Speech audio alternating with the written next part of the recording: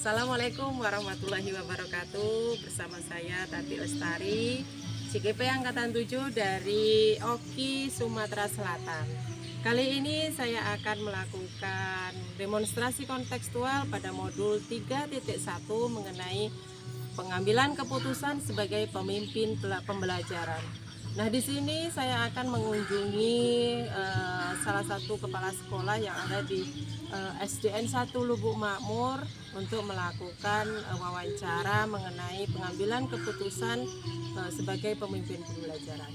Selamat menyaksikan. Wassalamualaikum warahmatullahi wabarakatuh.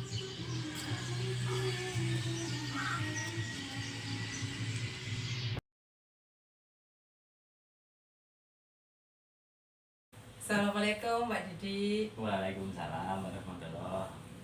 Ya, Bu, Gimana kabarnya Pak? Alhamdulillah. Alhamdulillah sehat ya. Begini ya Pak, di sini saya ada tugas dari CGP, ada tugas mengenai demonstrasi kontekstual mengenai nilai-nilai kebijakan pemimpin ya.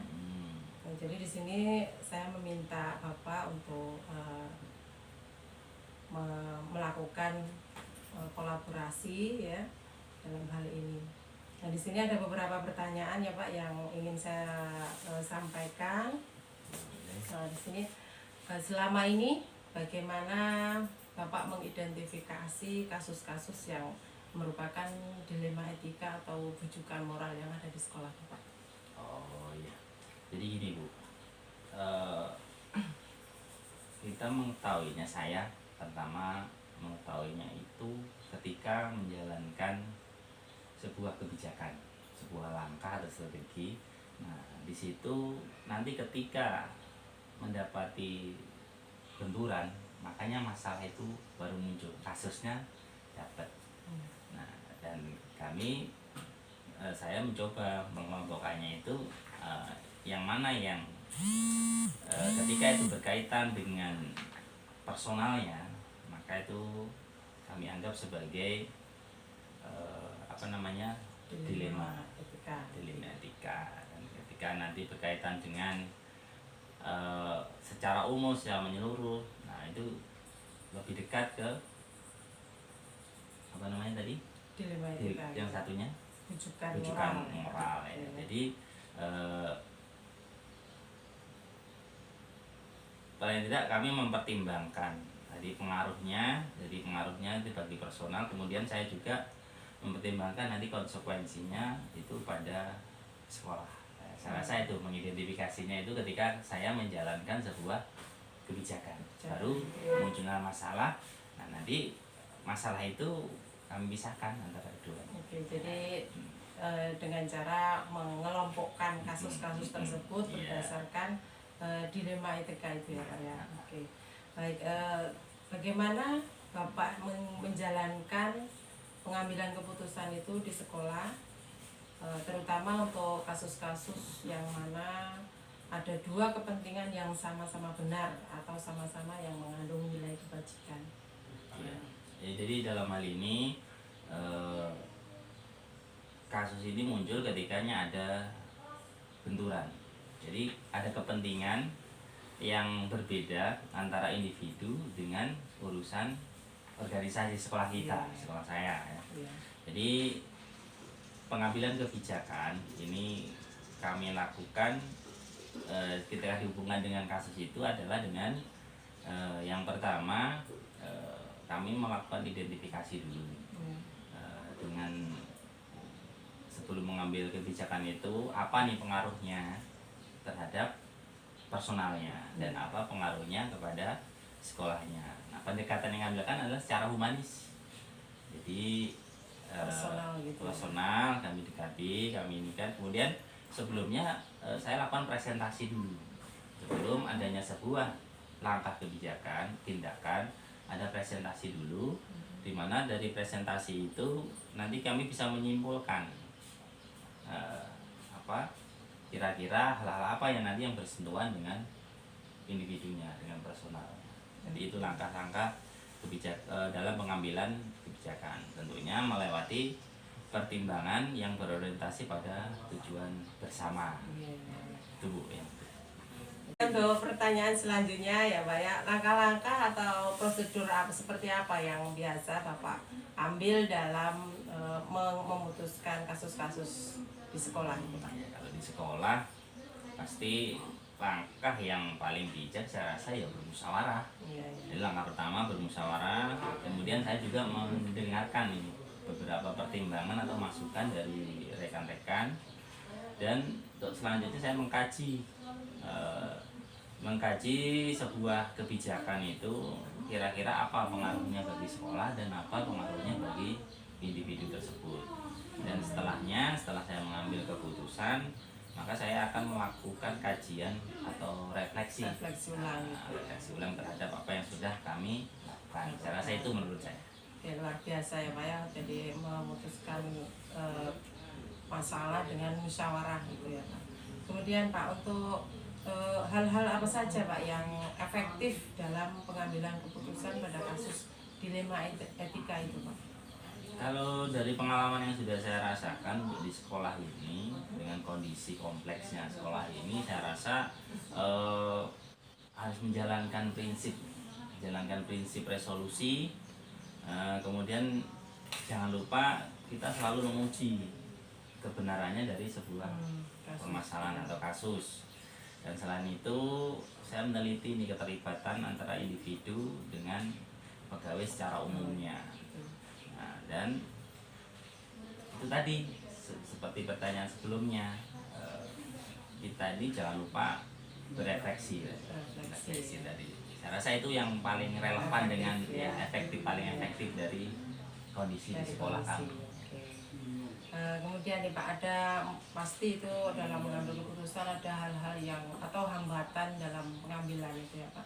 Kira-kira selama ini yang merupakan tantangan dalam pengambilan keputusan yang Bapak hadapi di sekolah ini apa Pak?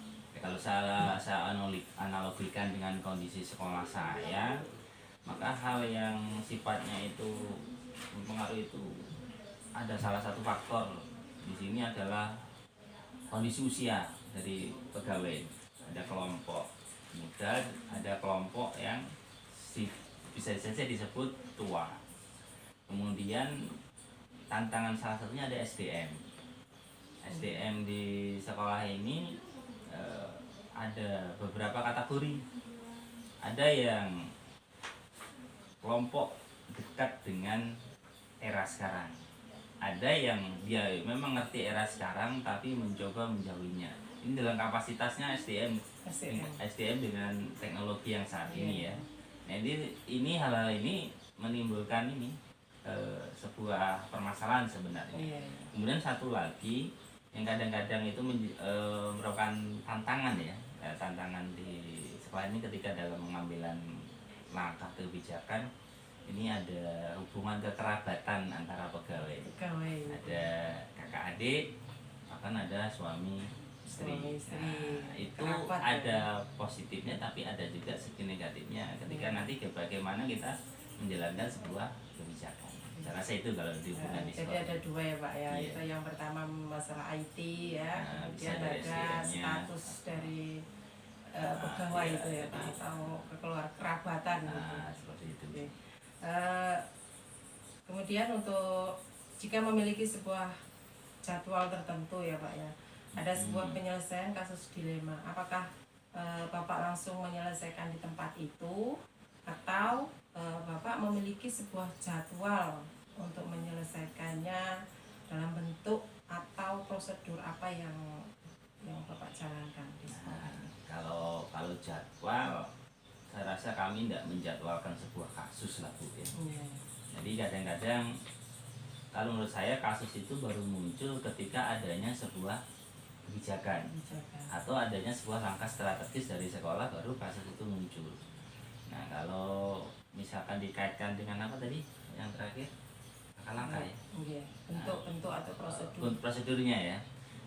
Tapi sebelum ke prosedur itu saya mau menjelaskan bahwa penjadwalan itu tidak ada. Tetapi kadangkala ketika sebuah kasus itu muncul, maka ada strategi saya itu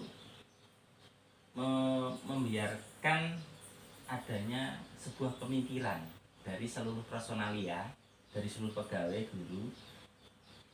Pemikiran itu datang sendiri ke mereka bahwa ketika itu belum saya kondisikan, mereka itu sudah sadar, oh ini butuh penyelesaian. Jadi ketika itu sudah disadari ini butuh penyelesaian, maka ketika saya mengambil sebuah langkah tindakan, ini lebih mudah mengalahkannya. Jadi kemudian selain itu ya sifatnya tindakan itu situasional saja. Jadi langkah antisipasi itu harus selalu saya miliki. Jadi ke depan dengan kebijakan ini, ke depan nanti itu kejadiannya apa sudah kita gambarkan sekarang, kita ada antisipasi dari ini. Jadi itu. Jadi ada dua macam. Ada waktu atau jeda waktu dalam menyelesaikan masalah itu. Kemudian ada mengajak guru-guru seluruhnya itu merefleksi terutama ya Pak. Nah, tapi kalau dari sisi yang situasional tadi bisa jadi ya hari itu bisa kita selesaikan. Oke, jadi sesuai berat atau ringannya kasus tersebut itu ya Pak ya. Ada yang kita tunda dulu, ada yang bisa langsung kita eksekusi hari ini. Oke, Pak. Jadi situasional itu ya Pak. Kemudian untuk adakah seseorang atau faktor-faktor yang selama ini mempermudah atau membantu Bapak dalam pengambilan keputusan dalam kasus-kasus dilema etika? Ada. Kalau secara individu hanya ini yang ya ini terlihat dari bagaimana ketika ada kami memandang bahwa ada memang guru-guru yang sanggup melaksanakan sebuah kebijakan itu dengan sepenuh hati, ya itu saya anggap sebagai dukungan. Kemudian selain itu juga tadi yang saya sebutkan di awal bahwa ada kondisi kekerabatan di sini ternyata juga menjadi kekuatan. Jadi kekuatannya, salah satu kekuatannya, sisi positifnya itu tadi ketika ada sebuah kebijakan terlihat adanya sebuah kekompakan dan dukungan. Jadi sebagai kekuatan itu menurut saya. Itu yang kemudian yang terakhir itu dari semua hal yang telah disampaikan oleh Bapak tadi, pembelajaran yang dapat Bapak petik dari pengambil keputusan ini apa Pak? Saya rasa satu yang paling utama kedepankan kepentingan sekolah dulu. Sekolah ya. Itu ya tapi tidak mudah ya menjalankan itu, mudah-mudahan makanya perlu langkah selanjutnya nanti utamakan selalu efektivitas dari semua kegiatan dan pertimbangkan manfaatnya. Nah, kemudian kita harus kesampingkan masalah perasaan tadi ya. Masalah personal kita kesampingkan agar dan tetap berupaya agar keputusan itu bisa diterima dengan baik. Nanti upaya-upaya kita itu apa aja nanti supaya kita langkah-langkah kebijakan kita itu bisa dilaksanakan oleh semua personalia dengan rasa hati yang senang. Itu saja saya rasa. Baik, luar biasa ya Pak ya, untuk pengambilan keputusan itu sudah sangat bagus sekali. Mudah-mudahan nanti ketika saya ditunjuk atau diberi amanah itu ya, misalnya ya nanti bisa saya terapkan, bisa ambil dari inti semua yang pembicaraan kita ini. Mudah-mudahan saya bisa menerapkan atau menjadi lebih baik gitu ya Pak dalam mengambil keputusan kebijakan pemimpin ini. Terima kasih Pak untuk waktunya sudah berbagi sharing ya.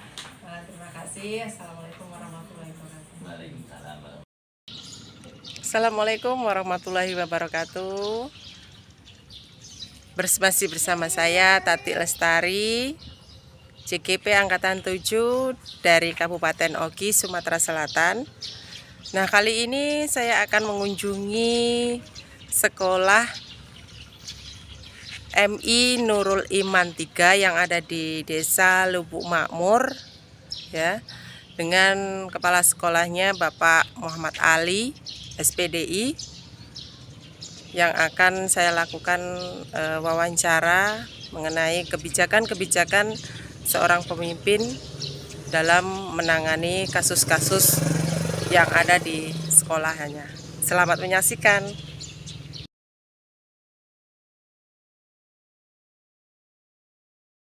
Assalamualaikum. Waalaikumsalam. Monggo. Gimana kabarnya Pak? Alhamdulillah sehat. Sehat. Puasa juga lancar. Alhamdulillah ya. Terima kasih Pak Ali sudah memberikan waktunya ya. Nah di sini saya mendapatkan tugas dari kegiatan CGP ya Pak dalam modul 3 ini untuk pengambilan keputusan seorang pemimpin, nah, terutama di sini pemimpin kepala sekolah yang dimaksud ya Pak. Iya betul. Nah jadi di sini nanti ada beberapa pertanyaan yang ingin saya ajukan ke Bapak ya dalam mengenai kebijakan-kebijakan yang Bapak ambil dalam menyikapi di sekolah kasus-kasus yang ada di sekolah ini Pak ya.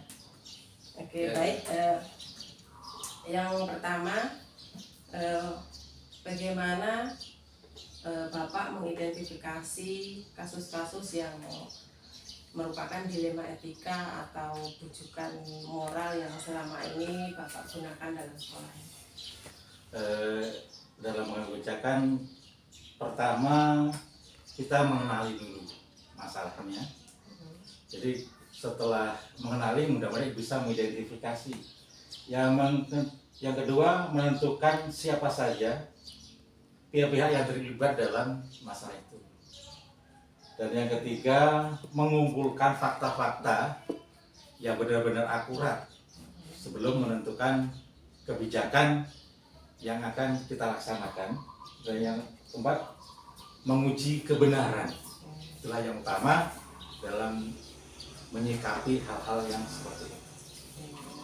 Jadi ada 4 langkah dalam mengidentifikasi dalam pengambilan kebijakan itu. Iya.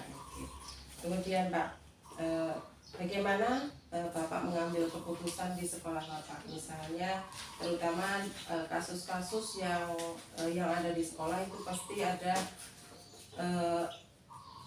yang menyangkut kepentingan sama-sama benar Pak ini. Sama-sama benar atau sama-sama yang sesuai dengan nilai kebajikan itu Pak.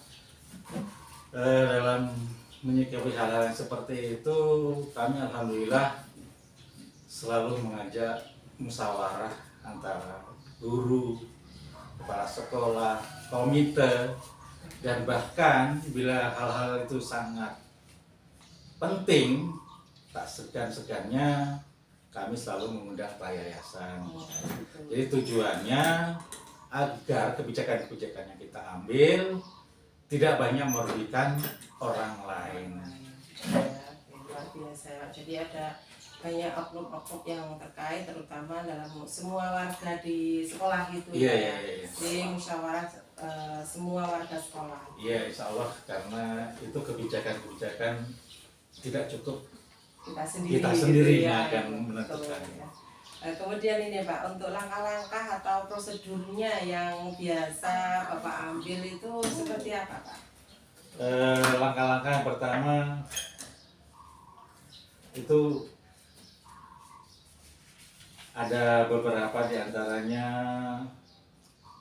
paradigma individu melawan masyarakat itu juga termasuk, terus keadilan melawan rasa kasihan, kebenaran melawan kesalahan, dan jangka pendek melawan jangka panjang. Itu harus kita perhatikan karena dalam mengambil kebijakan-kebijakan seperti itu jangan sampai terjadi hal-hal yang merugikan pihak lain. Ya, jadi menentukan langkahnya itu jadi mengidentifikasi. Iya, identifikasi dulu. Jadi langkahnya itu ya Pak, jadi lawannya juga harus sesuai. Iya, ya, benar. Nah, kemudian hal-hal yang selama ini Bapak anggap sebagai kebijakan yang efektif ya dalam mengambil keputusan kasus dilema ini Pak. Itu ada 3. Yang pertama melakukan menjunjung tinggi nilai-nilai pada prinsip.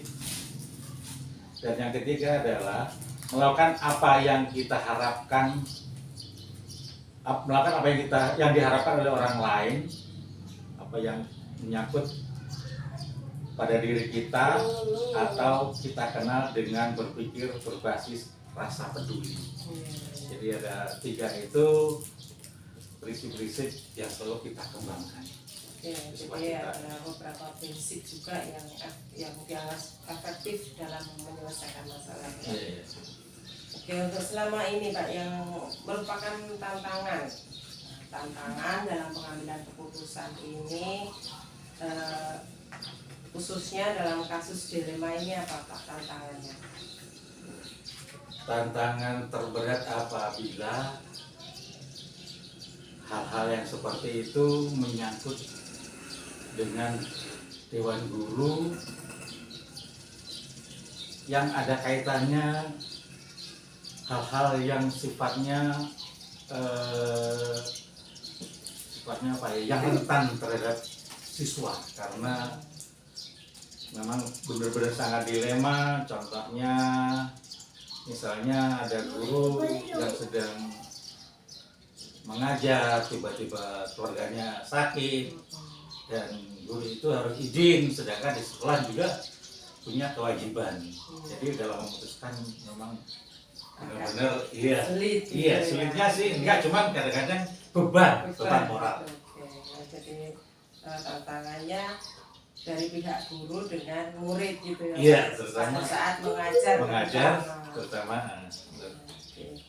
Kemudian yang Bapak miliki sebuah skala atau jadwal tertentu nih Pak ya dalam sebuah penyelesaian kasus dilema etika ini, apakah Bapak mempunyai jadwal tertentu atau Bapak membutuhkan waktu jeda untuk menyelesaikan masalah itu Pak, dan prosedurnya, nah prosedurnya seperti apa yang biasa Bapak lakukan di sekolah ini?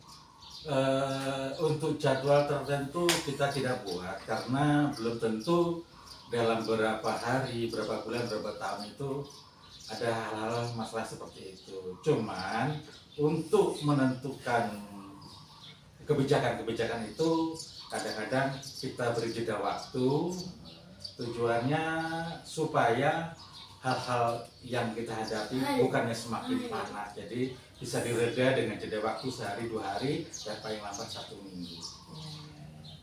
Jadi mungkin bisa disimpulkan mungkin situasional. Nah, mungkin betul. Kalau mungkin kasusnya ringan mungkin bisa langsung. Ya. Kalau Betul. agak berat mungkin butuh waktu yang agak lama karena mungkin mikir ke efeknya gitu. Nah, Pak, ya. betul. Oke. Karena hal-hal yang seperti itu kadang-kadang bisa menimbulkan hal-hal yang tidak baik. Iya, betul. Nah, kemudian ini Pak, adakah seseorang yang bisa membantu menyelesaikan dalam Bapak mengambil keputusan itu Pak? Pasti ada, terutama dalam hal keputusan itu guru, semua dewan guru, bukan hanya 1-2 guru, semua dewan guru. Terus kedua itu ketua komite, dan yang terakhir ketua yayasan. Oke, jadi ada beberapa pihak. Iya, ada yang beberapa bisa pihak. membantu. Iya, karena Komite. mungkin kita sendiri kalau menentukan kebijakan-kebijakan itu mungkin kurang bijak, atau takutnya nanti ada kesalahan-kesalahan yang mungkin orang lain rasakan, kita tidak merasakan. Iya, betul Pak, itu. Jadi semuanya itu kita diajak musyawarah. Iya, betul. Gitu ya Pak, Iya. biar hasilnya juga maksimal. Betul. Iya. Nah, kemudian dari semua yang Bapak sampaikan ini, pembelajaran apa yang dapat Bapak petik atau pengalaman-pengalaman Bapak dalam mengambil keputusan dilema etika ini Pak? Dari semuanya ini bisa menggugah kita semua dalam mengambil kebijakan, apalagi kebijakan-kebijakan dilema yang sifatnya dilema itu ya seperti malakama. Iya. Jadi harus benar-benar kita pikirkan akibat. Jadi sebab akibatnya ini akan kita pikirkan, karena hal yang seperti ini adalah hal yang dilema. Jadi perlu kita melibatkan semua dewan guru, komite, dan ketua yayasan. Syukur-syukur sebagian wali murid yang kita anggap mampu memberi masukan, kita aja untuk berdiskusi dalam pemecahan masalah-masalah dilema seperti ini. Itu ya Pak ya. Iya, iya. Sungguh menarik Pak pembicaraan kita hari ini. Yang perlu saya tanda kutipi, yang menarik untuk saya ya. Ini pengambilan kebijakan khususnya untuk Bapak Ali dalam Iya. sekolah ini, satu musyawarah Pak. Iya, benar. Ya ini saya setuju sekali. Musyawarah ini tentunya sangat kekeluargaan tentunya yang diharapkan.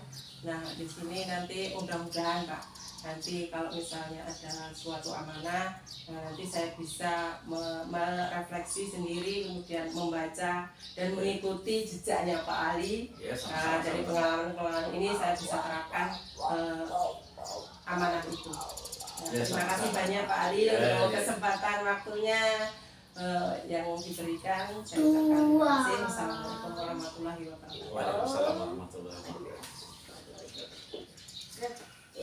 wabarakatuh.